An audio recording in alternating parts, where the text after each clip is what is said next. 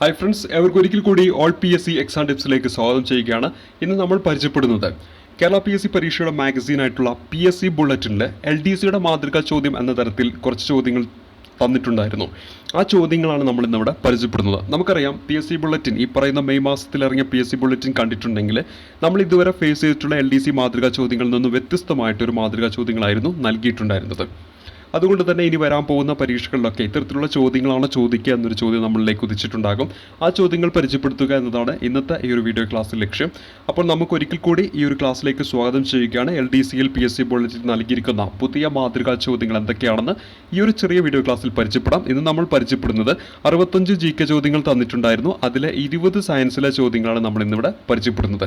ആ 20 സയൻസിലെ ചോദ്യങ്ങളും അവയുടെ ഉത്തരങ്ങൾ എന്തൊക്കെയാണെന്നും ഈ ഒരു വീഡിയോ ക്ലാസ്സിലൂടെ നമുക്കൊന്ന് പരിചയപ്പെടാം.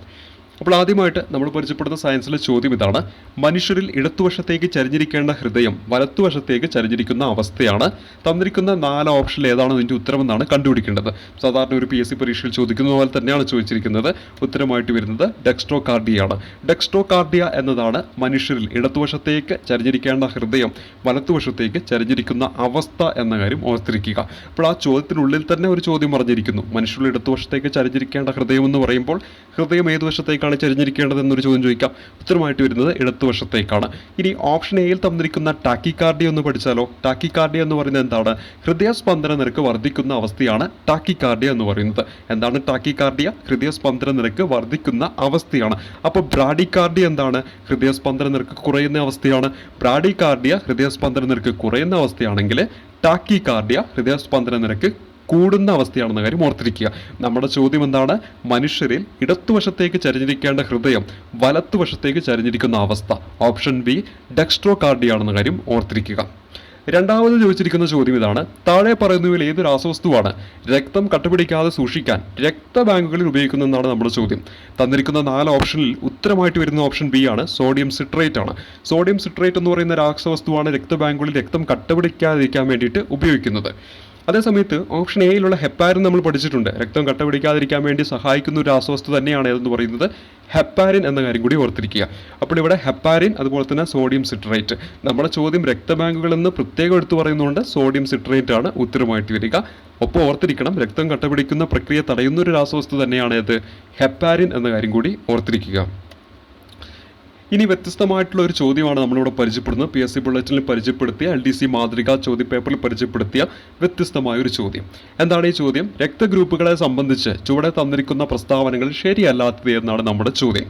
ഓപ്ഷൻ എയിൽ തന്നിരിക്കുന്നത് എ രക്തഗ്രൂപ്പ് ഉള്ളവരുടെ രക്തത്തിൽ ആൻറ്റിജൻ എ, ആൻറ്റിജൻ ബി എന്നിവ അടങ്ങിയിരിക്കുന്നു. ശരിയോ തെറ്റോ? ശരിയാണ്. എ രക്തഗ്രൂപ്പ് ഉള്ള ഒരാളുടെ രക്തത്തിൽ ആൻറ്റിജൻ എയും ഉണ്ടായിരിക്കും, ആൻറ്റിജൻ ബിയും ഉണ്ടായിരിക്കും എന്ന് നമ്മൾ, ആൻറ്റിബോഡി ബിയും ഉണ്ടായിരിക്കുമെന്ന് നമ്മൾ പഠിച്ചിട്ടുണ്ട്. എ രക്തഗ്രൂപ്പിൽ ആൻറ്റിജൻ എ ഉണ്ടായിരിക്കും, ആൻറ്റിബോഡി ബിയും ഉണ്ടായിരിക്കുമെന്ന് പഠിച്ചിട്ടുണ്ട്. അപ്പോൾ ഈ പ്രസ്താവന ശരിയാണ്. ഇനി അടുത്ത് നോക്കുക. ബി രക്തഗ്രൂപ്പുള്ള ഒരാളുടെ രക്തത്തിൽ ആൻറ്റിജൻ ബി ഉണ്ടായിരിക്കും, ആൻറ്റിബോഡി എ എന്നിവ അടങ്ങിയിരിക്കുന്നു. അപ്പോൾ അതും എന്താണ്? ശരിയായിട്ടുള്ള പ്രസ്താവനയാണ്. ബി രക്തഗ്രൂപ്പിലുള്ള ആൻറ്റിജൻ ഏതാണ്? ബി ആണ്. ആൻറ്റിബോഡി എ ആണ്. ഇനി അടുത്ത് നോക്കുക. RH ഘടകമുള്ള രക്തഗ്രൂപ്പ് പോസിറ്റീവ് ഗ്രൂപ്പ് എന്നും RH ഘടകമില്ലാത്ത രക്തഗ്രൂപ്പ് നെഗറ്റീവ് ഗ്രൂപ്പ് എന്നും അറിയപ്പെടുന്നു.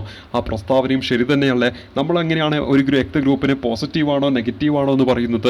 ആ രക്തഗ്രൂപ്പിൽ RH ഘടകം ഉണ്ടോ ഇല്ലയോ എന്ന് കണക്കാക്കിയിട്ടാണ്. ഉണ്ടെങ്കിൽ അത് പോസിറ്റീവ്, ഇല്ലെങ്കിൽ അത് നെഗറ്റീവ്. എ രക്തഗ്രൂപ്പിൽ എ പോസിറ്റീവ് എന്ന് പറയുന്നത് എ രക്തഗ്രൂപ്പിൽ RH ഘടകം ഉണ്ട് എന്നതുകൊണ്ടാണ്.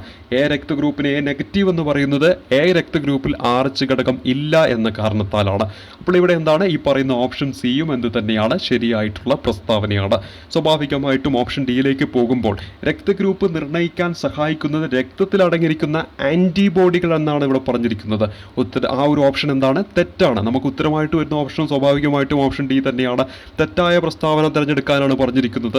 യഥാർത്ഥത്തിൽ എന്താണ് അവിടെ വരേണ്ടിയിരുന്നത്? ശരിയായിട്ട് വരേണ്ടിയിരുന്നത് രക്തഗ്രൂപ്പ് നിർണ്ണയിക്കാൻ സഹായിക്കുന്ന രക്തത്തിൽ അടങ്ങിയിരിക്കുന്ന ആൻറ്റിജനുകളാണെന്ന കാര്യം ഓർത്തിരിക്കുക. ഓപ്ഷൻ എയിലേക്ക് വരുമ്പോൾ തന്നെ അത് മനസ്സിലാകും. എ രക്തഗ്രൂപ്പിൽ അടങ്ങിയിരിക്കുന്ന ആന്റിജൻ എ ആണ്, അതുകൊണ്ട് എ രക്തഗ്രൂപ്പ് എന്ന പേരിട്ടു. ബി രക്തഗ്രൂപ്പിൽ അടങ്ങിയിരിക്കുന്ന ആന്റിജൻ ബി ആണ്, അതുകൊണ്ട് അവിടെ ബി രക്തഗ്രൂപ്പ് എന്ന പേരിട്ടു. എ ബി രക്തഗ്രൂപ്പ് എടുത്തിരിക്കുക. എ ബി രക്തഗ്രൂപ്പിൽ ആന്റിജൻ എയും ഉണ്ട്, ആന്റിജൻ ബിയും ഉണ്ട്. അപ്പോൾ സ്വാഭാവികമായിട്ടും അവിടെ എന്താണ്, എ ബി രക്തഗ്രൂപ്പ് എന്ന പേരിട്ടു. ഓ രക്തഗ്രൂപ്പിന് എന്തില്ല, ആന്റിജൻ എയും ഇല്ല, ആന്റിജൻ ബിയും ഇല്ല, അതുകൊണ്ട് അവിടെ ഓ രക്തഗ്രൂപ്പ് എന്നും പേരിട്ടിരിക്കുന്നു. അപ്പോൾ ഇവിടെ ഓപ്ഷൻ എയും ബിയും സിയും ശരിയാണ്, പക്ഷേ ഓപ്ഷൻ ഡി എന്താണ്, തെറ്റാണ്. അതിൻ്റെ ശരിയായിട്ടുള്ള പ്രസ്താവന എന്തായിരുന്നു, രക്തഗ്രൂപ്പ് നിർണ്ണയിക്കാൻ സഹായിക്കുന്നത് രക്തത്തിൽ അടങ്ങിയിരിക്കുന്ന ആന്റിജനുകളാണെന്ന കാര്യം ഓർത്തിരിക്കുക. ഈ ഒരു ചോദ്യം പരിചയപ്പെടുമ്പോൾ നമുക്ക് എന്ത് മനസ്സിലാക്കാൻ പറ്റും, ഈ പറയുന്ന രക്തം എന്ന് പറയുന്ന ഒരു ടോപ്പിക്ക് പഠിക്കുമ്പോൾ കൃത്യമായിട്ട് എല്ലാ കാര്യങ്ങളും മനസ്സിലാക്കിയെങ്കിൽ മാത്രമേ ഈ ഒരു ചോദ്യത്തിന് ഉത്തരത്തിലേക്ക് എത്താൻ പറ്റത്തുള്ളൂ എന്ന കാര്യം മനസ്സിലാക്കുക. അപ്പോൾ ഇവിടെ PSC ഉദ്ദേശിച്ചത് എന്തായിരിക്കാം, കൃത്യമായിട്ട് ഉദ്യോഗാർത്ഥിക്ക് ഏതൊരു ചോദ്യമാണോ അവിടെ തരുന്നത് ആ ചോദ്യത്തെക്കുറിച്ചിട്ടുള്ള ഒരു എന്തുണ്ടാവണം, അറിവുണ്ടായിരിക്കണോ എന്ന് പരിശോധിക്കുകയാണ് ഇവിടെ എന്ത് ചെയ്യുന്നത്, PSC ചെയ്യുന്നത് എന്ന് നമുക്കൊന്ന് മനസ്സിലാക്കി എടുക്കാൻ പറ്റും. അപ്പോൾ ഓരോ ടോപ്പിക്ക് പഠിക്കുമ്പോഴും കൃത്യമായിട്ട് മനസ്സിലാക്കി പഠിക്കാൻ ശ്രമിക്കുക. ഇനി അടുത്ത ചോദ്യത്തിലേക്ക് പോകാം. അടുത്ത ചോദ്യം സാധാരണ PSC ചോദിക്കും പോലെ ഒരു ചോദ്യമാണ് എന്ന് വിചാരിക്കാം, പക്ഷേ ഇവിടെയും ഓപ്ഷനിലേക്കൊന്ന് പോകാം. താഴെ പറയുന്നവയിൽ മലിനജലത്തിലൂടെ പകരുന്ന ഹെപ്പറ്റൈറ്റിസ് ഏതാണെന്നാണ് നമ്മുടെ ചോദ്യം. ഹെപ്പറ്റൈറ്റിസ് താഴെ പറയുന്നവയിൽ മലിനജലത്തിലൂടെ പകരുന്ന ഏതാണ് ചോദ്യം. ഇവിടെ ഓപ്ഷൻ എയിൽ ബിയും സി എന്ന് തന്നിരിക്കുന്നു, ഓപ്ഷൻ ബിയിൽ ഡിയും ഇ എന്നും തന്നിരിക്കുന്നു, ഓപ്ഷൻ സിയിലേക്ക് പോകുമ്പോൾ ബിയും ജി എന്നും തന്നിരിക്കുന്നു, ഓപ്ഷൻ ഡിയിലേക്ക് വരുമ്പോൾ എയും ഇ എന്നും തന്നിരിക്കുന്നു. ഇവിടെ ഹെപ്പറ്റൈറ്റിസ് ബിയും സിയും ഡിയും ഇയും ഇതൊക്കെ ആയിട്ട് ബന്ധപ്പെട്ട് അറിഞ്ഞെങ്കിൽ മാത്രമേ നമുക്ക് ഈ ഒരു ചോദ്യം ചെയ്യാൻ പറ്റൂ. ഇവിടെ ഉത്തരമായിട്ട് വരുന്നത് ഓപ്ഷൻ ഡി ആണ്. അതായത് ഹെപ്പറ്റൈറ്റിസ് എയും ഇയും എന്തിലൂടെയാണ് പകരുന്നത്, മലിനജലത്തിലൂടെയാണ് പകരുന്നത് എന്ന കാര്യം ഓർത്തിരിക്കുക. അപ്പോൾ എന്താണ്, ഹെപ്പറ്റൈറ്റിസ് എയും അതുപോലെ തന്നെ ഇയും പകരുന്നത് ഇതിലൂടെയാണ്, മലിനജലത്തിലൂടെയാണ് പകരുന്നത് എന്ന കാര്യം ഓർക്കുക. അപ്പോൾ ഹെപ്പറ്റൈറ്റിസ് എ മാത്രം പഠിച്ചു വെച്ച് പോയിട്ടുണ്ടെങ്കിൽ ഈ ചോദ്യത്തിന് ഉത്തരം കിട്ടത്തില്ല. ഇയും പഠിച്ചിരിക്കണം, ഒപ്പം ബാക്കി കാര്യങ്ങളും പഠിച്ചിരിക്കണം. അപ്പോൾ അവിടെ കുറച്ച് ഇമ്പോർട്ടൻ്റ് കാര്യങ്ങളും കൂടെ നമുക്കൊന്ന് പരിചയപ്പെടാം. വൈറസ് മൂലം ഉണ്ടാകുന്ന ഒരു രോഗമാണ് ഹെപ്പറ്റൈറ്റിസ് എന്ന് പറയുന്നത്. ലോക ഹെപ്പറ്റൈറ്റിസ് ദിനം ജൂലൈ 28 കരളിൽ ബാധിക്കുന്ന വീക്കമാണ് ഹെപ്പറ്റൈറ്റിസ് എന്ന് പറയുന്നത് കാര്യം ഓർത്തിരിക്കുക. ഇനി നമ്മുടെ ഓപ്ഷനിലേക്ക് പോകുമ്പോൾ ഇവിടെ എ എന്ന് പറയുന്നതും അതുപോലെ തന്നെ ഇ എന്ന് പറയുന്ന ഹെപ്പറ്റൈറ്റിസും ഉണ്ടാകുന്നത് മലിനജലത്തിലൂടെയാണ്. മലിനജലത്തിലൂടെ ഉണ്ടാകുന്ന ഹെപ്പറ്റൈറ്റിസ് ആണ് ഇത് എയും ഇയും എന്ന കാര്യം ഓർത്തിരിക്കുക. അതേപോലെ തന്നെ ബി എന്ന് പറയുന്ന ഹെപ്പറ്റൈറ്റിസ് ഉണ്ടാകുന്നത് രക്തത്തിലൂടെയും അതുപോലെ തന്നെ ശരീരദ്രവത്തിലൂടെയുമാണ്. ഒരാളുടെ രക്തം മറ്റൊരാൾക്ക് നൽകുന്നതിലൂടെയും അല്ലെങ്കിൽ ഒരാളുടെ ശരീരദ്രവം മറ്റൊരാളിലേക്ക് എത്തുന്നതിലൂടെയും ഒക്കെ ഉണ്ടാകുന്ന രോഗമാണ് ഇത് ഹെപ്പറ്റൈറ്റിസ് ബി എന്ന കാര്യം ഓർത്തിരിക്കുക. ഇനി ഹെപ്പറ്റൈറ്റിസ് സി എന്ന് പറഞ്ഞാൽ അമ്മയിൽ നിന്ന് കുഞ്ഞിലേക്ക് ഉണ്ടാകുന്ന രോഗമാണ്. അതായത് ഒരു കുഞ്ഞ് ജനിക്കുന്നതിൻ്റെ തൊട്ട് മുമ്പ് ആ കുഞ്ഞ് ജനിക്കുന്ന വേളയിലൊക്കെ അമ്മയിൽ നിന്ന് കുഞ്ഞിലേക്ക് പകരാവുന്ന ഒരു രോഗമാണ് ഹെപ്പറ്റൈറ്റിസ് സി എന്ന കാര്യം ഓർത്തിരിക്കുക. അപ്പോൾ ഇവിടെ ഹെപ്പറ്റൈറ്റിസ് എയും ഇയും അതാണ് നമ്മുടെ ചോദ്യം, മലിനജലത്തിലൂടെ പകരുന്ന ഹെപ്പറ്റൈറ്റിസ് ആണ്. അതേപോലെ ബി പകരുന്നു അറിഞ്ഞിരിക്കുക രക്തത്തിലൂടെയും ശരീരദ്രവത്തിലൂടെയും. അതുപോലെ തന്നെ സിൻ്റെ പ്രത്യേകത എന്താണ്, അമ്മയിൽ നിന്ന് കുഞ്ഞിലേക്കാണ് അത് പകരുന്നത് എന്ന കാര്യം ഓർക്കുക. കുഞ്ഞ് ജനിക്കുന്നതിൻ്റെ തൊട്ട് മുമ്പും അതേപോലെ തന്നെ ആ ജനിക്കുന്ന വേളയിലുമാണ് എന്ത് പകരുന്നത്, ഈ ഹെപ്പറ്റൈറ്റിസ് സി എന്ന് പറയുന്നത് അമ്മയിൽ നിന്ന് കുഞ്ഞിലേക്ക് പകരുന്നത് എന്ന കാര്യം ഓർക്കുക.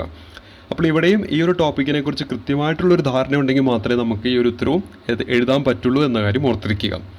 ഇനി നമ്മുടെ അടുത്ത ഒരു ചോദ്യം നോക്കാം. മനുഷ്യ ശരീരത്തിൽ യൂറിയ നിർമ്മാണം നടത്തുന്ന അവയവം ഏതാണ് ചോദ്യം. ഉത്തരമായിട്ട് വരുന്ന ഓപ്ഷൻ ബി ആണ്, കരളാണ്. കരളാണ് മനുഷ്യ ശരീരത്തിൽ യൂറിയ നിർമ്മാണം നടത്തുന്ന അവയവം എന്ന കാര്യം ഓർത്തിരിക്കുക. എപ്പോഴും PSC ചോദിക്കുന്ന സാധാരണ ഒരു ചോദ്യം തന്നെയാണ് ചോദിച്ചിരിക്കുന്നത്.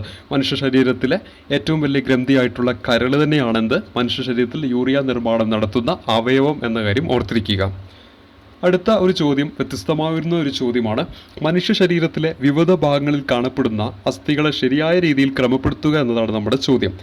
ഇവിടെ തന്നിരിക്കുന്ന എ എന്ന് പറയുന്ന, ബി എന്ന് പറയുന്ന, സി എന്ന് പറയുന്ന, ഡി എന്ന് പറയുന്ന ഈ കാര്യങ്ങൾ അതിനെ യോജിച്ച 1, 2, 3, 4 എന്നിവ കണ്ടുപിടിക്കാനാണ് ഇവിടെ നമ്മുടെ ചോദ്യത്തിൽ ഉദ്ദേശിച്ചിരിക്കുന്നത്. നമ്മുടെ കൊച്ചു ക്ലാസ്സിലൊക്കെ പഠിച്ചിട്ടുള്ള ചേരുംപടി ചേർക്കുക എന്ന് പറയുന്ന ഒരു ഭാഗം പഠിച്ചിട്ടുണ്ട് അല്ലേ. കൊച്ചു ക്ലാസ്സിലൊക്കെ നമ്മൾ ചെയ്ത് പഠിച്ചിട്ടുള്ള കാര്യമാണ്. അത് തന്നെയാണ് ഇവിടെ സിമ്പിളായിട്ട് ഉദ്ദേശിക്കുന്നത്. അപ്പോൾ ഇവിടെ ഓപ്ഷൻ എയിലേക്ക് പോയിട്ട് നോക്കുക. തൊണ്ടയിലെ അസ്ഥി എന്നതാണ് ഓപ്ഷൻ എ. ഇവിടെ ഓപ്ഷൻ എക്ക് കറസ്പോണ്ടിങ് ആയിട്ട് 1, 2, 3, 4 എടുക്കുകയാണെങ്കിൽ ഏതാണ് ശരിയായിട്ട് വരിക, ഹയോയിഡ് എന്ന് പറയുന്ന തൊണ്ടയിലുള്ള ഒരു അസ്ഥിയാണ്. അപ്പോൾ ഇവിടെ നമ്മൾ ഓപ്ഷൻ എക്ക് കറസ്പോണ്ടിങ് ആയിട്ട് നമുക്കിവിടെ 1 എന്ന് കിട്ടിയിട്ടുണ്ട്. അത് പറയുന്ന ഓപ്ഷൻ ഏതാണെന്ന് ജസ്റ്റ് ഒന്ന് നോക്കുക പെട്ടെന്ന് തന്നെ പോയിട്ട്. എക്ക് കറസ്പോണ്ടിങ് 2 എന്നാണ് പറയുന്നത്. സ്വാഭാവികമായിട്ടും ഓപ്ഷനെ നമുക്ക് ഡിലീറ്റ് ചെയ്യാം.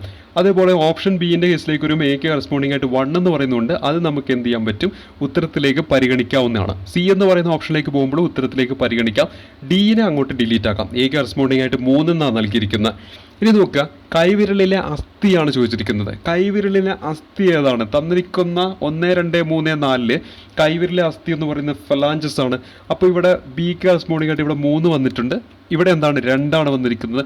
സ്വാഭാവികമായിട്ടും ഓപ്ഷൻ സി നമുക്ക് ഡിലീറ്റ് ആയി. ഇപ്പോൾ നമ്മുടെ കൈവിൽ എന്തേ ഉള്ളൂ, ഒരേ ഓപ്ഷനേ ഉള്ളൂ. സ്വാഭാവികമായിട്ടും 4 ഏതെങ്കിലും ഒന്ന് ഉത്തരം വേണം.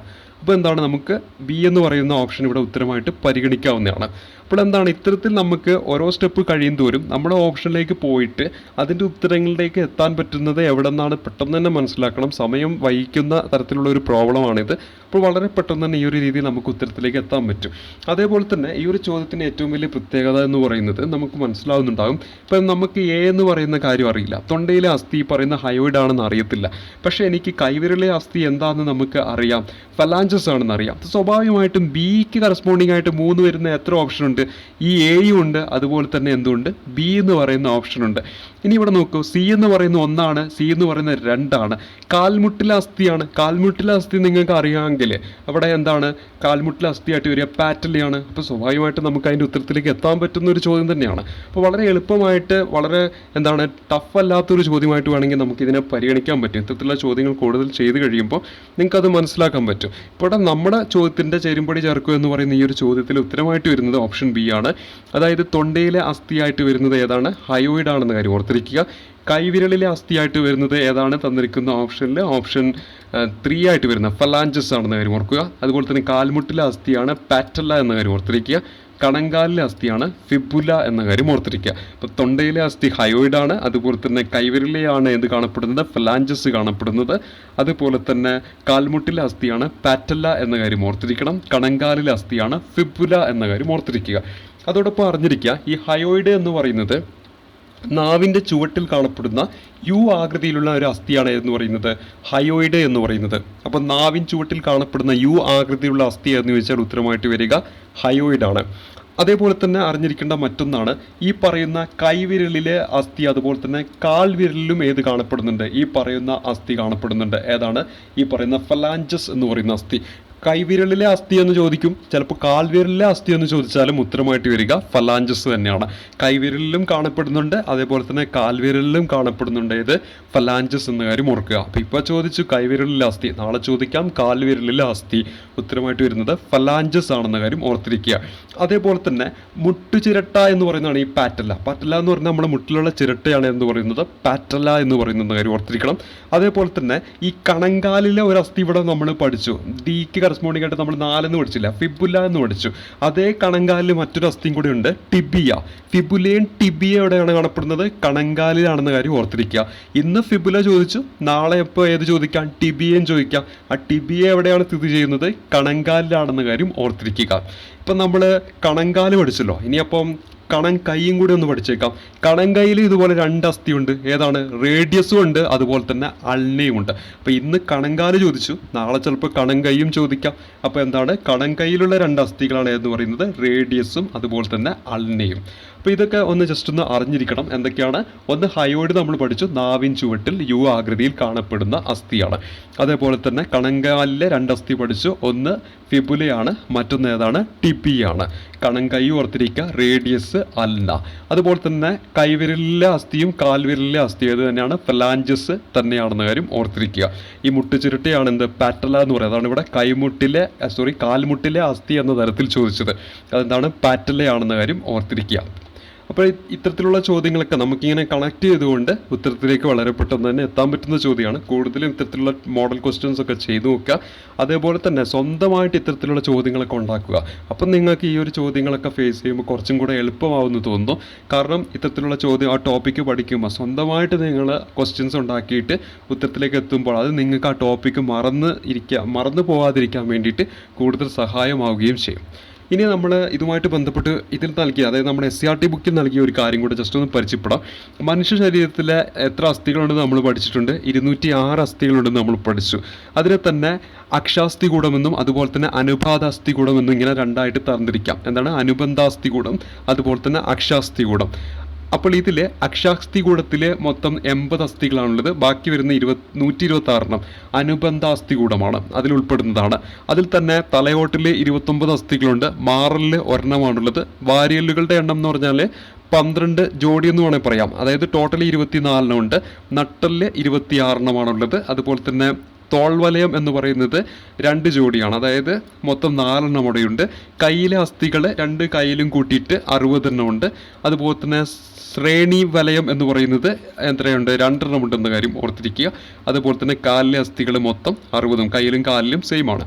അപ്പോൾ ഇത് ജസ്റ്റ് ഒന്ന് ഓർത്തിരിക്കണം. ഇവിടെ പ്രധാനമായിട്ടും മനുഷ്യാസ്ഥികൂടത്തിൽ ടോട്ടൽ എത്ര അസ്ഥികളെന്ന് എപ്പോഴും ചോദിക്കുന്ന ചോദ്യമാണ്. 206 അസ്ഥികൾ. അതിൽ അക്ഷാസ്ഥികൂടത്തിൽ എത്രയുണ്ട്, 80 അസ്ഥികൾ. അനുബന്ധാസ്ഥികൂടത്തിൽ എത്രയുണ്ട്, 126 അസ്ഥികളുണ്ടെന്ന കാര്യം ഓർത്തിരിക്കുക. അതുപോലെ തന്നെ കയ്യിലും കാലിലും തോൾവലയത്തിലും മാറലിലും അതുപോലെ തന്നെ വാരിയലിലും നട്ടലിലും തലയോട്ടിലും ഒക്കെ എത്ര അസ്ഥികളുണ്ടെന്നും കൂടെ ഓർത്തിരിക്കുക. ഇതിലുള്ള ചോദ്യങ്ങളൊക്കെ നമുക്ക് പ്രതീക്ഷിക്കാവുന്നതാണ്. കാരണം SCERT ബുക്കിൽ നിന്നുള്ള ചോദ്യങ്ങൾ ഇപ്പോൾ കൂടുതലായിട്ട് വരുന്നു. ഞാനിവിടെ പരിചയപ്പെടുന്ന പല ചോദ്യങ്ങളും SCERT ബുക്കുകളിൽ നിന്നുള്ള ചോദ്യങ്ങൾ തന്നെയാണ്. ഇപ്പോൾ ഞാൻ പരിചയപ്പെടുത്തിയ മാത്സ് ഫോളോയിങ് ഒക്കെ നിങ്ങൾക്കറിയാം, SCERT ബുക്കുകൾ എടുത്ത് ഒരു ചാപ്റ്റർ കഴിഞ്ഞാൽ ഏറ്റവും അവസാനമായിട്ട് ഇത്തരത്തിലുള്ള മാത്സ് ഫോളോയിങ് ഒക്കെ കുട്ടികൾക്ക് ചെയ്യാൻ വേണ്ടിയിട്ട് നൽകിയിട്ടുണ്ട്. നമ്മൾ SCERTയുടെ സോഷ്യൽ സയൻസിൻ്റെ ബുക്കൊക്കെ പഠിച്ച സമയത്ത് ആ ചാപ്റ്ററുകൾ പഠിച്ച ഏറ്റവും അവസാനം ഇത്തരത്തിലുള്ള ചോദ്യങ്ങളൊക്കെ പരിചയപ്പെടുത്തിയിട്ടുണ്ട്. അപ്പോൾ ഇത്തരത്തിലുള്ള ചോദ്യങ്ങളൊക്കെ നമ്മൾ എന്ത് ചെയ്യുക, SCERT ബുക്കുകളൊക്കെ നോക്കിയിട്ട് ചെയ്ത് മനസ്സിലാക്കാൻ നോക്കുക. സമഗ്ര എന്ന് പറയുന്ന വെബ്സൈറ്റ് സന്ദർശിച്ച് കഴിഞ്ഞാൽ നിങ്ങൾക്ക് തികച്ചും സൗജന്യമായിട്ട് എല്ലാ ടെക്സ്റ്റ് ബുക്കുകളും അവിടെ അവൈലബിൾ ആണ്. ആ അത്തരത്തിലുള്ള നമ്മുടെ അവസരങ്ങളൊക്കെ എന്ത് ചെയ്യുക, നമ്മൾ വിനിയോഗിച്ച് അതൊക്കെ ഡൗൺലോഡ് ചെയ്ത് പഠിക്കാൻ വേണ്ടി ശ്രമിക്കുക. ഇനി നമ്മൾ അടുത്ത ചോദ്യത്തിലേക്ക് പോകാം. അടുത്ത ചോദ്യം എന്ന് പറയുന്നത് 7ാമത്തെ ചോദ്യമാണ്. 7ാമത്തെ ചോദ്യം, ചുവടെ തന്നിരിക്കുന്നവയിൽ ആഗ്നേയ രസത്തിലെ രാസാഗ്നികളിൽ ഉൾപ്പെടാത്തത് എന്നാണ് നമ്മുടെ ചോദ്യം.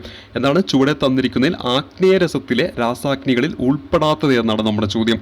ഉത്തരമായിട്ട് വരുന്നത് പെപ്സിനാണ്. പെപ്സിനാണ് ഇവിടെ നമ്മുടെ ഉത്തരമായിട്ട് വരുന്നത്. ബാക്കി വരുന്ന അമിലേസ്, അതുപോലെ തന്നെ ട്രിപ്സിൻ, അതുപോലെ തന്നെ ലിപ്പേസ്, ഇതെല്ലാം എന്താണ് ഈ പറയുന്ന ആഗ്നേയ രസത്തിലെ രാസാഗ്നികളിൽ ഉൾപ്പെടുന്നതാണ് എന്ന കാര്യം ഓർത്തിരിക്കുക. അതായത് ഈ ആഗ്നേയരസം എന്ന് പറയുന്നത് ആഗ്നേയഗ്രന്ഥി ഉൽപ്പാദിപ്പിക്കുന്നതാണ്. അവ ഉൽപ്പാദിപ്പിക്കുന്ന രാസാഗ്നികളാണ് അമലേസ്, ലിപ്പോസ്, അതുപോലെ തന്നെ ട്രിപ്സിൻ എന്ന് പറയുന്നത്. എന്നാൽ പെപ്സിൻ എന്താണ്, ആമാശയത്തിലെ ഘടകമാണെന്ന കാര്യം ഓർക്കുക. അതായത് ആമാശയ രസത്തിലെ ഘടകമാണ് ഏത്, പെപ്സിൻ എന്ന് പറയുന്നത്. ആമാശയ രസത്തിലെ ഘടകമാണ് പെപ്സിൻ, ഹൈഡ്രോക്ലോറിക് ആസിഡ്, ശ്ലേഷ്മം എന്നിവ. അതേസമയത്ത് ആഗ്നേയരസത്തിലെ ഘടകം, ആഗ്നേയഗ്രന്ഥി ഉൽപ്പാദിപ്പിക്കുന്ന ആഗ്നേയരസത്തിലെ ഘടകമാണ് ഏത്, അമലേസ്, ലിപ്പേസ്, ട്രിപ്സിൻ. അതിൽ നമ്മുടെ ചോദ്യത്തിലെ ഓപ്ഷൻ സി ആണ്. അതിൽ ഉൾപ്പെടാത്തതായി വന്നിരിക്കുന്ന പെപ്സിൻ ആണ്. പെപ്സിൻ എന്താണ്, ആമാശയ രസത്തിലെ ഘടകമാണെന്ന കാര്യം ഓർത്തിരിക്കുക. ആമാശയ രസത്തിലെ മറ്റ് ഘടകങ്ങളാണ് ഹൈഡ്രോക്ലോറിക് ആസിഡ്, ശ്ലേഷ്മം എന്ന കാര്യം കൂടി ഓർത്തിരിക്കണം. ഇനി നമ്മൾ പരിചയപ്പെടുന്ന 8ാം ചോദ്യം, ചുവടെ പറയുന്ന രാസാഗ്നികളുടെ ധർമ്മങ്ങളിൽ ശരിയല്ലാത്തത് എന്നാണ് നമ്മുടെ ചോദ്യം. വളരെ വ്യത്യസ്തമായിട്ടുള്ള ഒരു ചോദ്യം തന്നെയാണ്. അമലേസ് എന്ന് പറഞ്ഞു തന്നിരിക്കുന്നു, അന്നജത്തെ ദഹിപ്പിക്കുന്നു എന്ന് തന്നിരിക്കുന്നു, ശരിയായിട്ടുള്ള ഒരു പ്രസ്താവന തന്നെയാണ്. ലിപ്പേസ് എന്ന് പറയുന്ന കൊഴുപ്പിനെ ദഹിപ്പിക്കുന്നു എന്ന് പറയുന്നു, അതും ശരിയായിട്ടുള്ള ഒരു പ്രസ്താവനയാണ്. പെപ്സിൻ എന്ന് പറയുന്ന മാംസത്തെ ദഹിപ്പിക്കുന്നു എന്ന് തന്നിരിക്കുന്നു, അതും എന്താണ്, ശരിയായിട്ടുള്ള പ്രസ്താവന തന്നെയാണ്. അപ്പോൾ ഓപ്ഷൻ ഡി ആണ് ഉത്തരമായിട്ട് വരിക. മേൽപ്പറഞ്ഞവയെല്ലാം ശരിയാണ്. അമലേസ് അന്നജത്തെ ദഹിപ്പിക്കുന്നു, ലിപ്പേസ് കൊഴുപ്പിനെ ദഹിപ്പിക്കുന്നു, പെപ്സിൻ മാംസത്തെ ദഹിപ്പിക്കുന്നു എന്ന കാര്യം ഓർത്തിരിക്കുക. അപ്പോൾ ചുവടെ തന്നിരിക്കുന്ന രാസാഗ്നികളുടെ ധർമ്മങ്ങളിൽ ശരിയായത് ഏതെല്ലാം എന്നാണ് നമ്മുടെ ചോദ്യം. എയും ബിയും സിയും എന്താണ്, ശരിയാണ്. അപ്പോൾ മേൽപ്പറഞ്ഞതെല്ലാം എന്താണ്, ശരിയാണെന്ന കാര്യം ഓർത്തിരിക്കുക. അടുത്തത് 9ാമത്, ചുവടെ പറയുന്നവയിൽ ഏതാണ് പാലിൽ അടങ്ങിയിരിക്കുന്ന മാംസ്യം എന്നതാണ് നമ്മുടെ ചോദ്യം. ഉത്തരമായിട്ട് വരുന്ന ഓപ്ഷൻ സി ആണ്, കേസിനാണ്. കേസിനാണ് പാലിൽ അടങ്ങിയിരിക്കുന്ന മാംസ്യം. അതുപോലെ തന്നെ പാലിന് നിറം നൽകുന്ന പ്രോട്ടീൻ കൂടിയാണ് എന്ന് പറയുന്നത് കേസിൻ എന്ന കാര്യം ഓർത്തിരിക്കുക. പാലിന് നിറം നൽകുന്ന പ്രോട്ടീനാണ് ഏത്, ഈ പറയുന്ന കേസിൻ എന്ന കാര്യം ഓർക്കുക. എന്നാൽ പാലിന് മഞ്ഞ നിറം നൽകുന്നത് വിറ്റാമിൻ B2 ആണ്. വിറ്റാമിൻ B2 ആണ് പാലിന് മഞ്ഞ നിറം നൽകുന്നത് എന്ന കാര്യം ഓർത്തിരിക്കുക. അപ്പോൾ ഇവിടെ ചുവടെ തന്നിരിക്കുന്നവയിൽ ഏതാണ് പാലിൽ അടങ്ങിയിരിക്കുന്ന മാംസ്യം എന്നാണ് ചോദ്യം. കേസിനാണ്. പാലിന് നിറം നൽകുന്ന പ്രോട്ടീനാണ് ഏത്, കേസിൻ എന്ന് പറയുന്നത്. പാലിന് മഞ്ഞ നിറം നൽകുന്നത് ഏതാണെന്ന് ചോദിച്ചാൽ വിറ്റാമിൻ B2 ആണെന്ന കാര്യം കൂടി ഓർത്തിരിക്കുക. 10ാമത്തെ ചോദ്യം, ചുവടെ പറയുന്ന ജീവകങ്ങൾ അവയുടെ രാസനാമങ്ങൾ എന്നിവയെ ശരിയായ രീതിയിൽ ക്രമീകരിക്കുക. ഇത് നേരത്തെ പറഞ്ഞ പോലെ തന്നെ ഇതിനെക്കുറിച്ച് ഒരു കൃത്യമായിട്ടുള്ള ഒരു അറിവുണ്ടെങ്കിലേ നമുക്ക് എന്ത് ചെയ്യാൻ പറ്റുള്ളൂ, ഉത്തരത്തിലേക്ക് എത്താൻ പറ്റുള്ളൂ.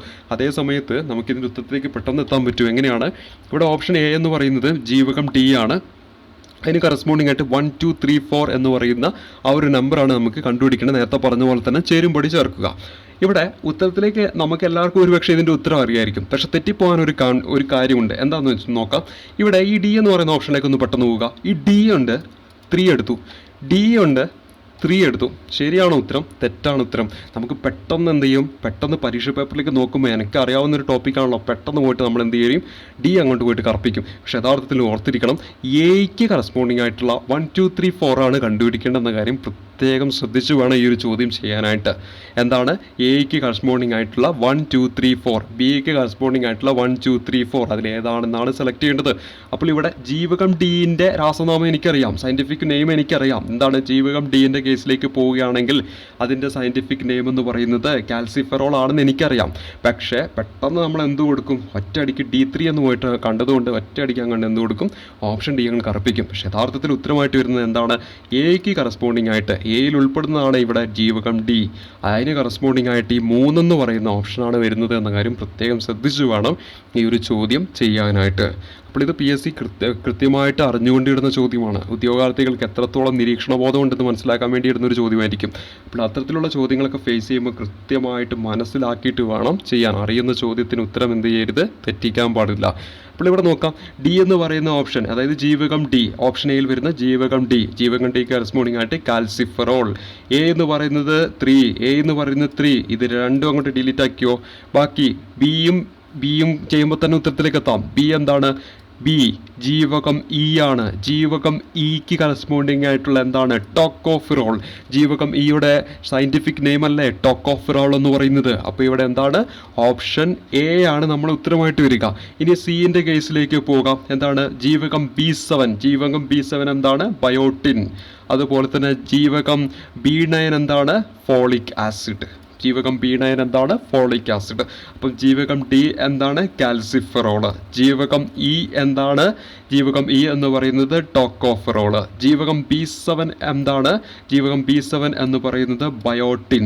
ജീവകം B9 എന്താണ്, ഫോളിക് ആസിഡ് ആണെന്ന കാര്യം ഓർത്തിരിക്കുക. ഇവിടെ കുറേ കാര്യങ്ങൾ ഓർത്തിരിക്കണം.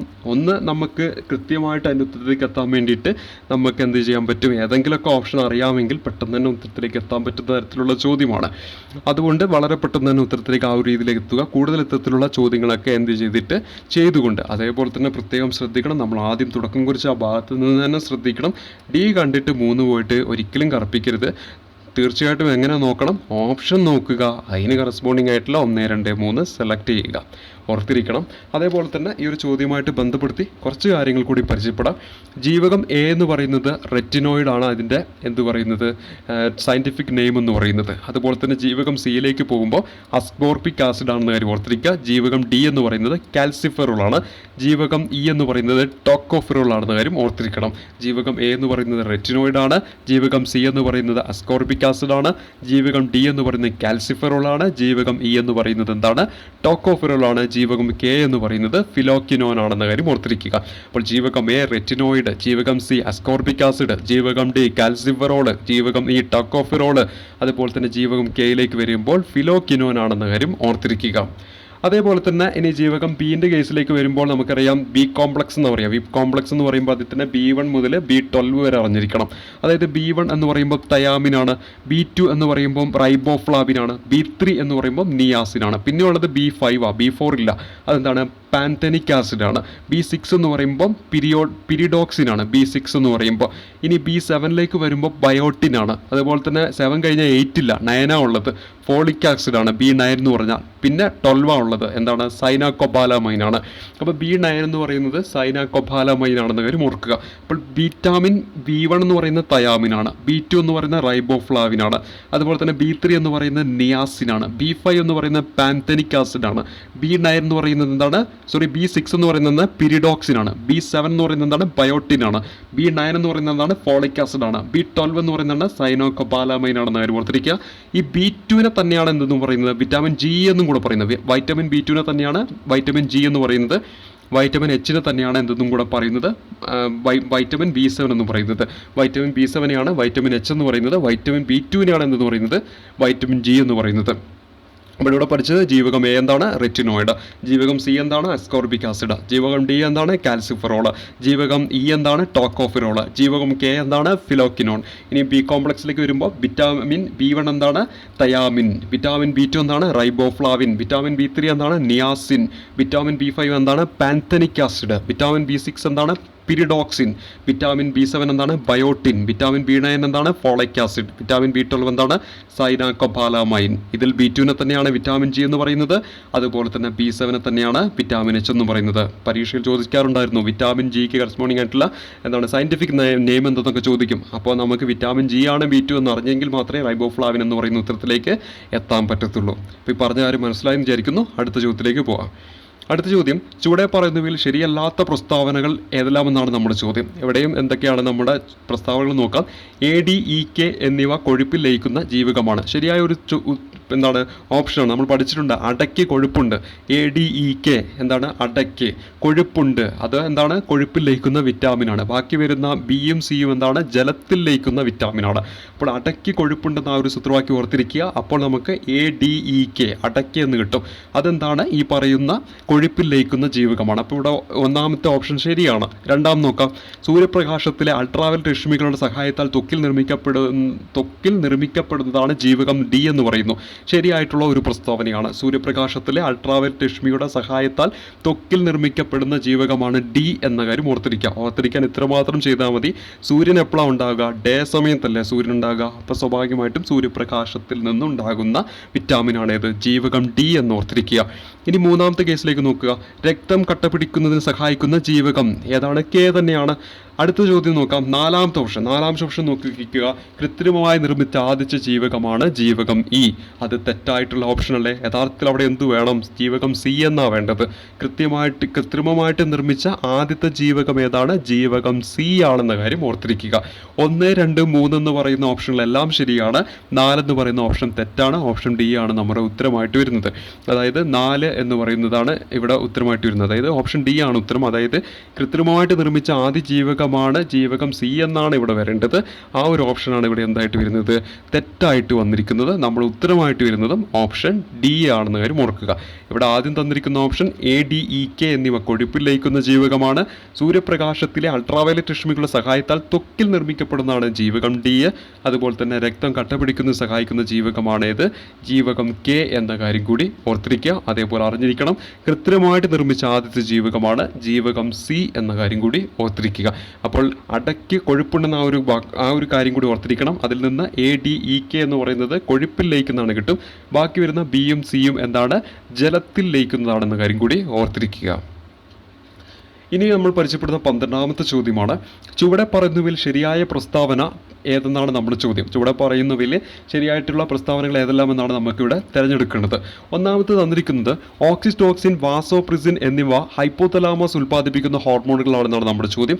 ഇവിടെ തന്നിരിക്കുന്ന ഒന്നാമത്തെ പ്രസ്താവന എന്താണ്? ശരിയാണെന്ന കാര്യം ഓർത്തിരിക്കുക. ഓക്സിറ്റോസിൻ അതുപോലെ തന്നെ വാസോപ്രിസിൻ എന്നിവ എന്താണ്? ഹൈപ്പോതലാമസ് ഉൽപ്പാദിപ്പിക്കുന്ന ഹോർമോണുകളാണ്.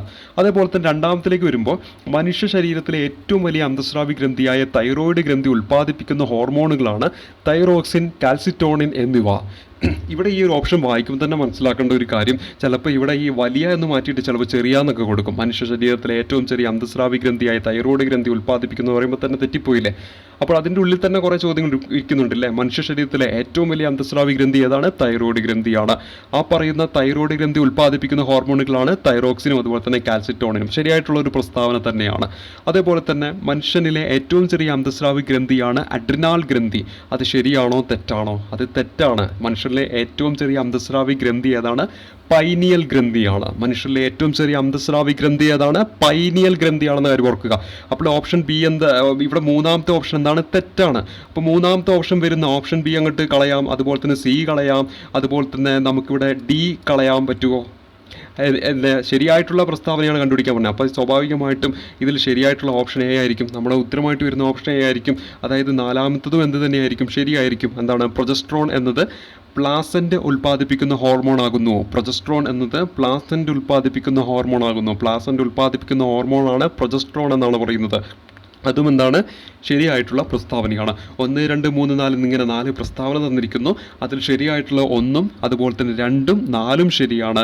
അതേസമയത്ത് മൂന്നാമത്തെ പ്രസ്താവന തെറ്റാണ്. മനുഷ്യരുടെ ഏറ്റവും ചെറിയ അന്തസ്രാവി ഗ്രന്ഥിയാണ് അഡ്രിനാൽ ഗ്രന്ഥി എന്നത് തെറ്റാണ്. മനുഷ്യരുടെ ഏറ്റവും ചെറിയ അന്തസ്രാവി ഗ്രന്ഥി ഏതാണ്? പൈനിയൽ ഗ്രന്ഥിയാണെന്ന കാര്യം ഓർത്തിരിക്കുക. ഒന്നാമത്തെ ഓപ്ഷനിൽ ഒരിക്കൽ കൂടി പറയാം. ഓക്സിറ്റോസിൻ, വാസോപ്രിസിൻ എന്നിവ ഹൈപ്പോതലാമസ് ഉൽപ്പാദിപ്പിക്കുന്ന ഹോർമോണാണെന്ന ഒരു കാര്യം ഓർത്തിരിക്കുക. അതും ചോദ്യമായിട്ട് വരാം. മനുഷ്യ ശരീരത്തിലെ ഏറ്റവും വലിയ അന്തസ്രാവി ഗ്രന്ഥിയാണ് തൈറോയ്ഡ് ഗ്രന്ഥി എന്ന കാര്യം ഓർത്തിരിക്കണം. അതുപോലെ തന്നെ അത് ഉൽപ്പാദിപ്പിക്കുന്ന ഹോർമോണാണ് തൈറോക്സിനും അതുപോലെ തന്നെ കാൽസിറ്റോണിനും എന്ന കാര്യം ഓർത്തിരിക്കുക. അതുപോലെ തന്നെ മനുഷ്യരിലെ ഏറ്റവും ചെറിയ അന്തസ്രാവി ഗ്രന്ഥി പൈനിയൽ ഗ്രന്ഥിയാണെന്ന കാര്യം ഓർത്തിരിക്കണം. പ്രൊജസ്ട്രോൺ എന്നത് പ്ലസന്റ് ഉൽപ്പാദിപ്പിക്കുന്ന ഹോർമോണാണ്. പ്ലാസന്റ് ഉൽപ്പാദിപ്പിക്കുന്ന ഹോർമോണാണ് ഇത് പ്രൊജസ്ട്രോൺ എന്ന കാര്യം ഓർത്തിരിക്കുക. ഇനി അറിഞ്ഞിരിക്കേണ്ട കാര്യങ്ങളിൽ ഒന്ന്, നമ്മുടെ ഉത്തരം എന്ന് പറയുന്നത് ഓപ്ഷൻ എ ആണ്. അതുപോലെ തന്നെ ഏറ്റവും വലിയ അന്തസ്രാവി ഗ്രന്ഥി തൈറോയ്ഡ് ഗ്രന്ഥിയാണ്. മനുഷ്യ ശരീരത്തിലെ ഏറ്റവും വലിയ ഗ്രന്ഥി ഏതാണ്? കരളാണെന്ന കാര്യം കൂടി ഓർത്തിരിക്കുക. മനുഷ്യ ശരീരത്തിലെ ഏറ്റവും വലിയ ഗ്രന്ഥി കരള്, ഏറ്റവും വലിയ അന്തസ്രാവി ഗ്രന്ഥി ചോദിച്ചാൽ തൈറോയ്ഡ് ഗ്രന്ഥി, ഏറ്റവും ചെറിയ അന്തസ്രാവി ഗ്രന്ഥി ഏതാണ്? പൈനിയൽ ഗ്രന്ഥിയാണെന്ന കാര്യം ഓർത്തിരിക്കുക. അപ്പോൾ ഈ ഒരു ചോദ്യം നമ്മൾ ചെയ്യുമ്പോൾ നല്ല ഇതിനെക്കുറിച്ചൊരു അറിവുണ്ടായിരിക്കണമെന്നതാണ് ഇതിലൂടെയും PSC ഉദ്ദേശിക്കുന്നത്. 13ാമത്തെ ചോദ്യം നോക്കാം. ചുവടെ പറയുന്ന ഹോർമോണുകളുമായി ബന്ധപ്പെട്ട അപരനാമങ്ങളെ ശരിയായി ചേരുംപടി ചേർക്കുക എന്നാണ് നമ്മൾ പറയുന്നത്. ഇവിടെ ഓപ്ഷൻ എയിലേക്ക് വരുമ്പോൾ, അതായത് എ എന്ന് പറയുന്നതിലേക്ക് വരുമ്പോൾ, അത് 2 കോളം നേരത്തെ പറഞ്ഞ പോലെ തന്നെ ചേരുംപടി ചേർക്കുക. എനെ 1, 2, 3, 4 എന്നതിൽ ഏതാണോ ശരിയായിട്ടുള്ളത് മനസ്സിലാക്കിയെടുക്കണം. അപ്പോൾ ഇവിടെ യുവത്വ ഹോർമോൺ എന്ന് പറയുന്നത് ഏതാണ്? ഈ പറയുന്ന തൈമോസിൻ വരിക. അതുപോലെ തന്നെ ഇവിടെ 2 തൈമോസിൻ തന്നിട്ടുണ്ട്. എന്താണ്? യുവത്വ ഹോർമോണും അതുപോലെ തന്നെ ജുവനൈൽ ഹോർമോണും ഏത് തന്നെയാണ്? തൈമോസിനാണ്. അപ്പോൾ എക്ക് കറസ്പോണ്ടിങ് ആയിട്ട് 1ഉം വരാം, അതുപോലെ തന്നെ എന്തും വരാം, 4ഉം വരാൻ പറ്റും. അതുപോലെ തന്നെ ഡിക്ക് കറസ്പോണ്ടിങ് ആയിട്ട് എന്തും വരാം, 1ഉം വരാം, അതുപോലെ തന്നെ എന്തും വരാൻ പറ്റും, 4ഉം വരാൻ പറ്റും. അപ്പോൾ ഇവിടെ നോക്ക്, എക്ക് കറസ്പോണ്ടിങ് ആയിട്ട് 1 വന്നിട്ടുണ്ട്, ഡിക്ക് കറസ്പോണ്ടിങ് ആയിട്ട് എവിടെയും 1 ഒന്നും വന്നിട്ടില്ല, അതുപോലെ തന്നെ 4ഉം വന്നിട്ടുണ്ട്. അപ്പോൾ A1ഉം D4ഉം ആയിട്ടുള്ള ഓപ്ഷൻ ഏതൊക്കെയാണുള്ളത് നോക്കിയാൽ മതി. ഈ ബിയും ഉണ്ട്, അതുപോലെ തന്നെ ഡിയും നമുക്ക് പിക്ക് ചെയ്യാൻ പറ്റും. അടുത്ത് നോക്കാം, അടിയന്തര ഹോർമോൺ എന്ന് പറയുന്നത് ഏതാണ്? അടിയന്തര ഹോർമോൺ എന്ന് പറയുന്നത് അഡ്രിനാലിനാണ്. അടിയന്തര ഹോർമോൺ അഡ്രിനാലിനാണ്. അപ്പോൾ ബി എന്ന് പറയുന്നത് 2 ആണ്. അവിടെ തന്നെ നമുക്ക് ഉത്തരത്തിലേക്ക് എത്താൻ പറ്റും. എന്താണ്? ഓപ്ഷൻ ബി ആയിരിക്കും നമ്മുടെ ഉത്തരമായിട്ട് വരിക. സി എന്ന് പറയുന്നത് എന്താണ്? വളർച്ചാ ഹോർമോണാണ്. വളർച്ചാ ഹോർമോണാണ് സൊമാറ്റോട്രോപ്പിൻ എന്ന കാര്യം ഓർത്തിരിക്കുക. അപ്പോൾ ഇവിടെ തൈമോസിനാണ് എന്ന് പറയുന്നത് യുവത്വ ഹോർമോൺ എന്ന് പറയുന്നത്, അതുപോലെ തന്നെ ജുവനൈൽ ഹോർമോൺ എന്നും പറയുന്നത്. യുവത്വ ഹോർമോൺ അതുപോലെ തന്നെ ജുവനൈൽ ഹോർമോൺ എന്ന് പറയുന്നത് ഏതാണ്? തൈമോസിനാണെന്ന കാര്യം ഓർത്തിരിക്കുക. അതേപോലെ തന്നെ അടിയന്തര ഹോർമോൺ എന്ന് പറയുന്ന അഡ്രിനാലിനാണ്. വളർച്ചാ ഹോർമോൺ എന്ന് പറയുന്നത് സൊമാറ്റോട്രോപ്പിനാണ്. അപ്പോൾ ഇവിടെ എക്ക് കറസ്പോണ്ടിങ് ആയിട്ട് വരേണ്ടത് 1 ആണ്. അതുപോലെ തന്നെ ഡി കറസ്പോണ്ടിങ് ആയിട്ട് വരുന്നത് 4 ആണ്. അതേപോലെ തന്നെ സി കറസ്പോണ്ടിങ് ആയിട്ട് വരുന്നത് 3 ആണ്. അതേപോലെ ബി കറസ്പോണ്ടിങ് ആയിട്ട് വരുന്നത് 2 ആണ്. അത് കറക്റ്റായിട്ട് വരുന്നത് A1, B2, C3, D4 എന്ന് വരുന്നത് ഏതാണ്? ഓപ്ഷൻ ബി ആണ്. അപ്പോൾ ഇവിടെ ഉത്തരമായിട്ട് വരുന്ന ഓപ്ഷൻ ഏതാണ്? ഓപ്ഷൻ ബി ആണെന്ന കാര്യം ഓർത്തിരിക്കുക. ഇനി അറിയേണ്ടത് സെമാറ്റോട്രോഫി എന്ന് പറയുന്നത് ഈ പറയുന്ന പിറ്റ്യൂട്ടറി ഗ്രന്ഥി ഉൽപ്പാദിപ്പിക്കുന്ന ഹോർമോണാണെന്ന കാര്യം ഓർത്തിരിക്കണം. അതുപോലെ തന്നെ അഡ്രിനാലിൻ ഉൽപ്പാദിപ്പിക്കുന്ന അഡ്രിനാലിൻ ഗ്രന്ഥിയാണെന്ന കാര്യം ഓർത്തിരിക്കുക. തൈമോസിൻ ഉൽപ്പാദിപ്പിക്കുന്നത് തൈമസ് ഗ്രന്ഥിയാണ്. അപ്പോൾ അഡ്രിനാൽ ഗ്രന്ഥി ഉൽപ്പാദിപ്പിക്കുന്ന ഹോർമോണായിട്ടുള്ള അഡ്രിനാലിൻ ഉൽപ്പാദിപ്പിക്കുന്നത് എന്താണ്? അഡ്രിനാലിൻ ഗ്രന്ഥിയാണ്. അതുപോലെ തന്നെ അടിയന്തര ഹോർമോൺ എന്ന് അറിയപ്പെടുന്നു. തൈമസ് ഗ്രന്ഥി ഉൽപ്പാദിപ്പിക്കുന്ന ഹോർമോണായ തൈമോസിൻ യുവത്വ ഹോർമോൺ എന്നും ജുവനൈൽ ഹോർമോൺ എന്നും അറിയപ്പെടുന്നു. സെമാറ്റോട്രോപ്പിൻ ഉൽപ്പാദിപ്പിക്കുന്ന ഹോർമോണാണ് പിറ്റ്യൂട്ടറി. സെമാറ്റോട്രോപ്പിൻ ഉൽപ്പാദിപ്പിക്കുന്നത് പിറ്റ്യൂട്ടറി ഗ്രന്ഥിയാണെന്ന കാര്യം ഓർത്തിരിക്കുക. സെമാറ്റോട്രോപ്പിൻ എന്തിന് സഹായിക്കുന്നു? വളർച്ചാ ഹോർമോണാണെന്ന കാര്യം കൂടി ഓർത്തിരിക്കുക. അപ്പോൾ ഇതൊക്കെ അറിഞ്ഞിരിക്കണം. ഈ ഒരു ടോപ്പിക്കുമായിട്ട് ബന്ധപ്പെട്ട് കൂടുതൽ കാര്യങ്ങൾ എന്തൊക്കെയാണോ അറിയാനുള്ളത് അതൊക്കെ നിങ്ങൾ കണ്ടെത്തി പഠിച്ച് ഈ ഒരു ടോപ്പിക് എന്ത് വയ്ക്കുക, തറവാക്കുക എന്ന കാര്യം ഓർത്തിരിക്കുക. ഇനി പരിചയപ്പെടുന്നത് 14ാമത്തെ ചോദ്യമാണ്. താഴെ പറയുന്നതിൽ ഏത് വാക്സിനാണ് ഇൻഫ്ലുവൻസ രോഗത്തിന് പ്രതിരോധ വാക്സിനായിട്ട് നൽകുന്നതെന്നാണ് നമ്മുടെ ചോദ്യം. ഇവിടെ തന്നിരിക്കുന്ന ഓപ്ഷനുകളിൽ ഉത്തരമായിട്ട് വരുന്ന ഓപ്ഷൻ സി ആണ്. HIV വാക്സിനാണ്. HIV വാക്സിനാണ് ഈ പറയുന്ന ഇൻഫ്ലുവൻസ രോഗത്തിന് എന്ത് നൽകുന്നത്? പ്രതിരോധ വാക്സിനായിട്ട് നൽകുന്നത് എന്ന കാര്യം ഓർത്തിരിക്കുക.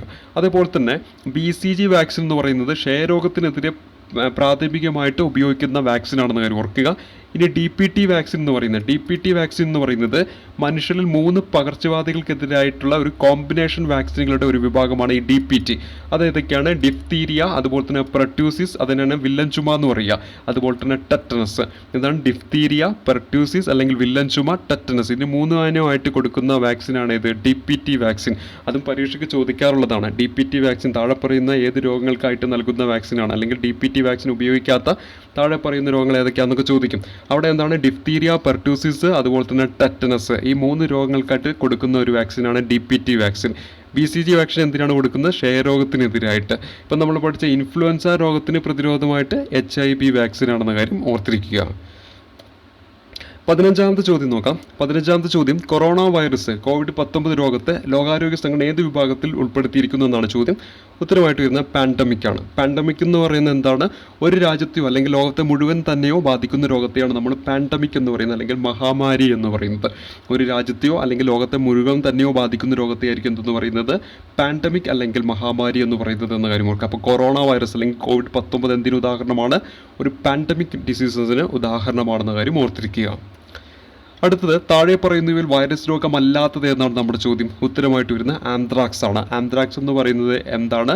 ഒരു ബാക്ടീരിയ രോഗമാണെന്ന കാര്യം ഓർത്തിരിക്കുക. ആന്ത്രാക്സ് എന്താണ്? ഒരു ബാക്ടീരിയ രോഗമാണ്. ബാസിലസ് ആന്ത്രാക്സിസ് എന്ന് പറയുന്ന ബാക്ടീരിയയാണ് ഈ പറയുന്ന ആന്ത്രാക്സ് എന്ന് പറയുന്ന രോഗത്തിന് കാരണം.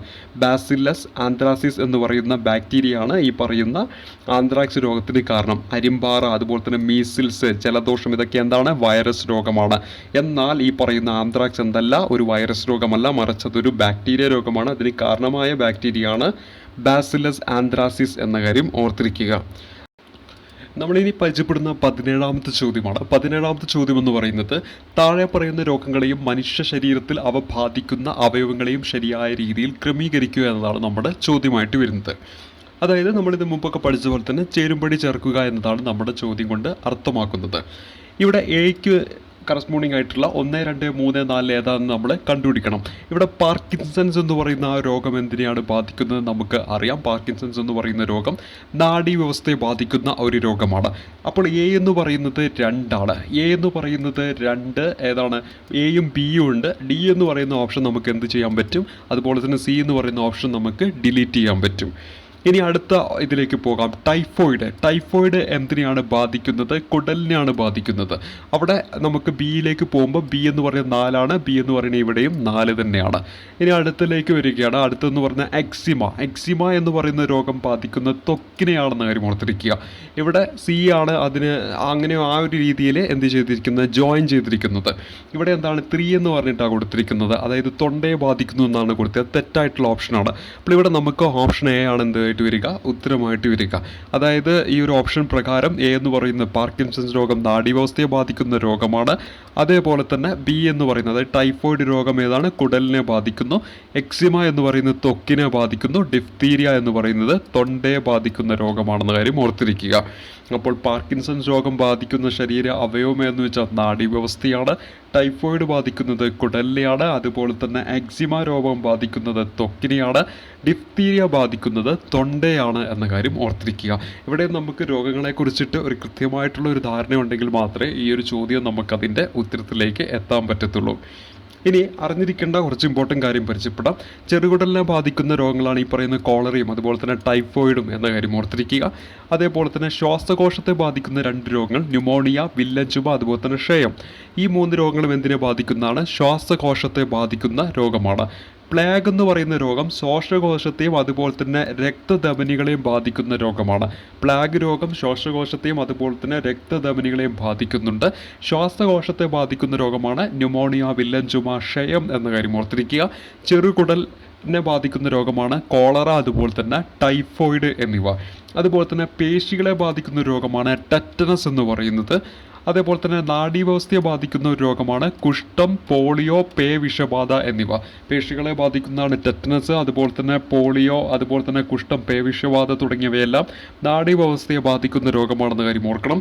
ആന്ത്രാക്സ് രോഗം എന്തിനാണ്? ശ്വാസകോശത്തെ അതേപോലെ തന്നെ ദഹന വ്യവസ്ഥയും ബാധിക്കുന്നുണ്ട് എന്ന കാര്യം ഓർത്തിരിക്കുക. നമ്മളെ ചോദ്യത്തിൽ പറഞ്ഞിരിക്കുന്ന പാർക്കിൻസൺസ് രോഗം നാഡീവ്യവസ്ഥയെ ബാധിക്കുന്ന രോഗമാണ്. ടൈഫോയിഡ് രോഗം കുടലിനെ ബാധിക്കുന്ന രോഗമാണെന്ന കാര്യം ഓർത്തിരിക്കുക.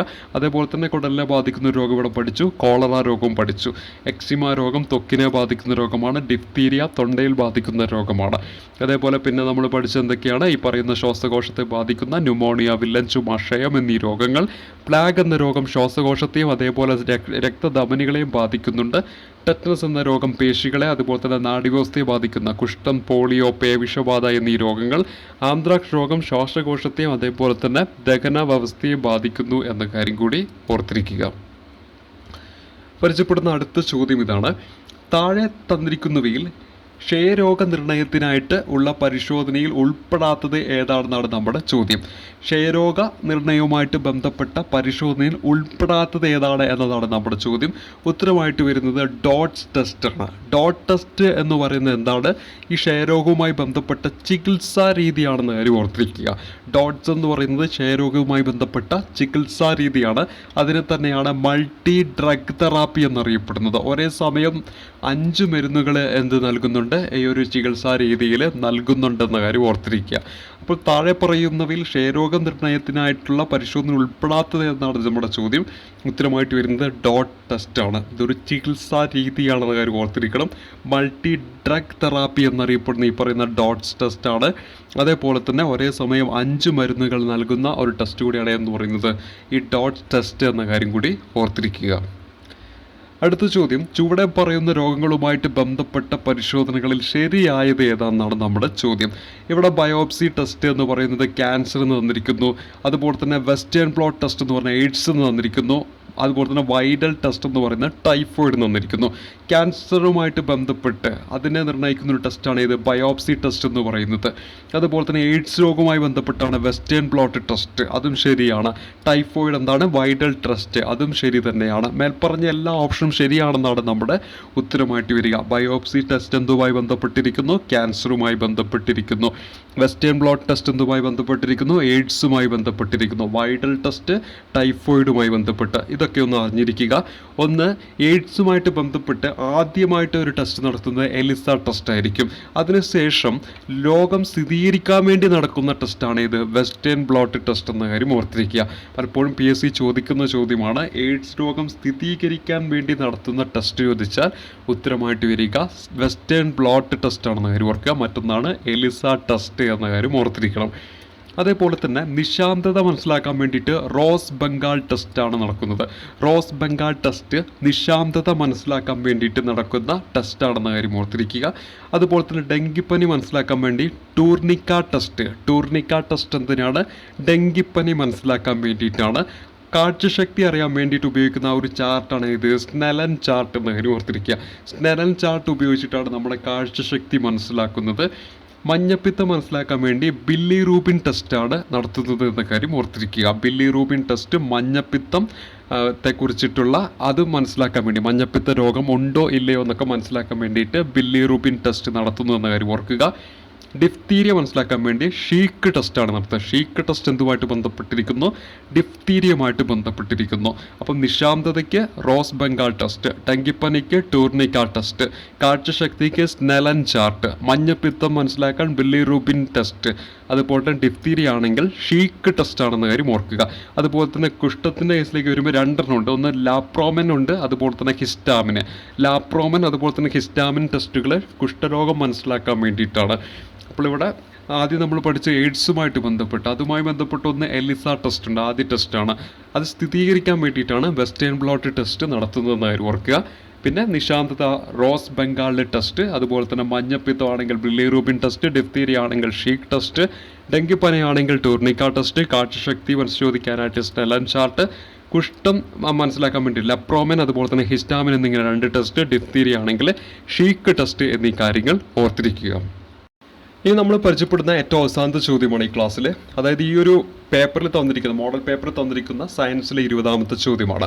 അതായത് ഇവിടെ തന്നിരിക്കുന്നത് ചുവടെ പറയുന്ന അക്ഷാംശ രേഖകളെ ശരിയായ രീതിയിൽ ചേരുംപടി ചേർക്കുക എന്നാണ് പറഞ്ഞിരിക്കുന്നത്. എ എന്ന് പറയുന്നതിന് കറസ്പോണ്ടിങ് ആയിട്ട് 1, 2, 3, 4 ഏതെന്നാണ് കണ്ടുപിടിക്കേണ്ടത്. ഇപ്പോൾ ഇവിടെ 23.5 ഡിഗ്രി വടക്കെന്ന് പറയുന്നു. നമുക്കറിയാം ഉത്തരായന രേഖയാണ്. അപ്പോൾ എക്ക് നേരെയായിട്ട് 1 വരും.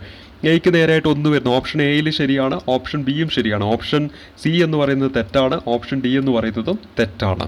ഇനി ബിൻ്റെ കേസിലേക്ക് പോകാം. 66.5 ഡിഗ്രി വടക്കെന്നാണ് പറയുന്നത്. അത് എന്താണ്? ആർട്ടിക് വൃത്തമാണെന്ന് പഠിച്ചിട്ടുണ്ട്. അപ്പോൾ ബിക്ക് 2 വരണം. ബിക്ക് 2 വരുന്ന ഓപ്ഷൻ എ ഉണ്ട്. ഓപ്ഷൻ ബിൻ്റെ കേസിൽ ബിക്ക് 3 വന്നേ, അതും ഡിലീറ്റ് ആക്കാം. നമ്മുടെ ഉത്തരം എന്ന് പറയുന്നത് ഓപ്ഷൻ എ ആയിരിക്കും. അപ്പോൾ ഇനി അറിഞ്ഞിരിക്കേണ്ടത് ഈ സി എന്ന് പറഞ്ഞാൽ 23.5 ഡിഗ്രി തെക്കാണ്, അത് ദക്ഷിണായന രേഖയാണെന്നറിയാം. 66.5 ഡിഗ്രി തെക്കാണ് ഏതെന്ന് പറയുന്നത് ഈ പറയുന്ന അന്റാർട്ടിക് വൃത്തം എന്ന കാര്യം ഓർത്തിരിക്കുക. അപ്പോൾ അന്റാർട്ടിക് വൃത്തം എന്ന് പറയുന്നത് എന്താണ്? 66.5 ഡിഗ്രി തെക്കാണ് എന്ന കാര്യം ഓർത്തിരിക്കുക. അപ്പോൾ ഇവിടെ 23 ഡിഗ്രി വടക്ക് ഉത്തരായന രേഖ, 66 ഡിഗ്രി വടക്കെന്ന് പറഞ്ഞ ആർട്ടിക് വൃത്തം, 23 ഡിഗ്രി തെക്കെന്ന് പറഞ്ഞ ദക്ഷിണായന രേഖ, 66 ഡിഗ്രി തെക്കെന്ന് പറഞ്ഞിട്ടുണ്ടെങ്കിൽ അന്റാർട്ടിക് വൃത്തമാണെന്ന കാര്യം ഓർത്തിരിക്കുക. കൂടുതൽ മനസ്സിലാക്കാൻ വേണ്ടിയിട്ട് ഇവിടെ ഒന്ന് നോക്കുക. അതായത് ഇവിടെ ഉത്തരധ്രുവം എന്ന് പറഞ്ഞാൽ 90 ഡിഗ്രി നോർത്താണ്, ദക്ഷിണ ധ്രുവം എന്ന് പറഞ്ഞിട്ടുണ്ടെങ്കിൽ 90 ഡിഗ്രി സൗത്ത് ആണ്. അതായത് ഇത് സതേൺ പോളാണ്, ഇത് നോർത്തേൺ പോളാണ്. ഇനി അന്റാർട്ടിക് വൃത്തം എന്ന് പറഞ്ഞാൽ 66.5 ഡിഗ്രി സൗത്ത് ആണ്. 66 ഡിഗ്രി സൗത്ത് എന്ന് പറഞ്ഞാൽ അന്റാർട്ടിക് വൃത്തമാണ്.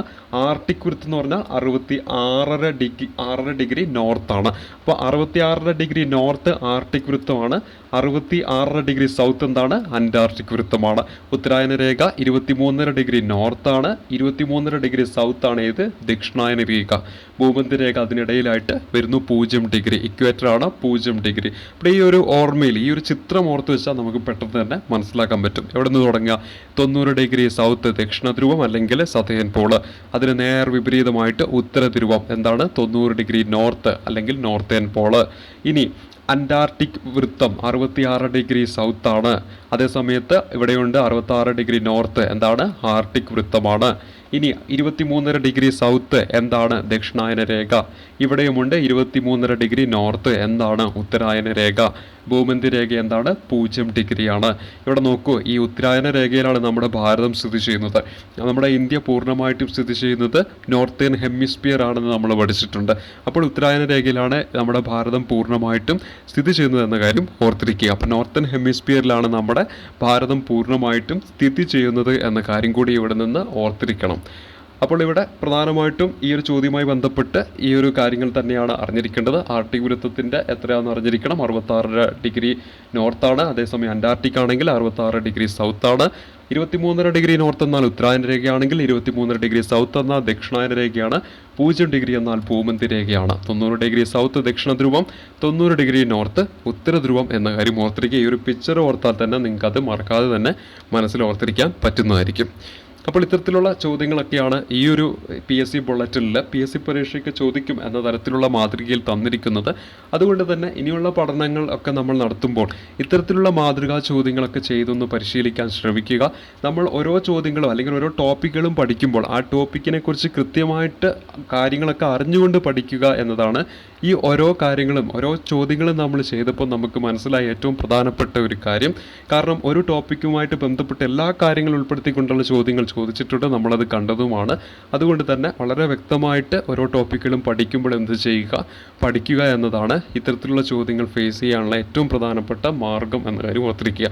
അതുപോലെ തന്നെ ഇതുപോലുള്ള മോഡൽ ക്വസ്റ്റ്യൻസ് ഒക്കെ കൂടുതലായിട്ട് ലഭിക്കുമ്പോൾ അതെന്ത് ചെയ്യുക, ചെയ്യാൻ ശ്രമിക്കുക. ഒപ്പം തന്നെ സ്വന്തം തന്നെ ഓരോ ടോപ്പിക്കും പഠിച്ചു കഴിയുമ്പോൾ നമ്മൾ എന്ത് ചെയ്യുക, ക്വസ്റ്റ്യൻസ് സ്വയം തന്നെ ഉണ്ടാക്കിക്കൊണ്ട് എന്ത് ചെയ്യുക, ഇത്തരത്തിലുള്ള ചോദ്യങ്ങളൊക്കെ ഉണ്ടാക്കി ഉത്തരത്തിലേക്ക് എത്താൻ വേണ്ടി ശ്രമിക്കുക.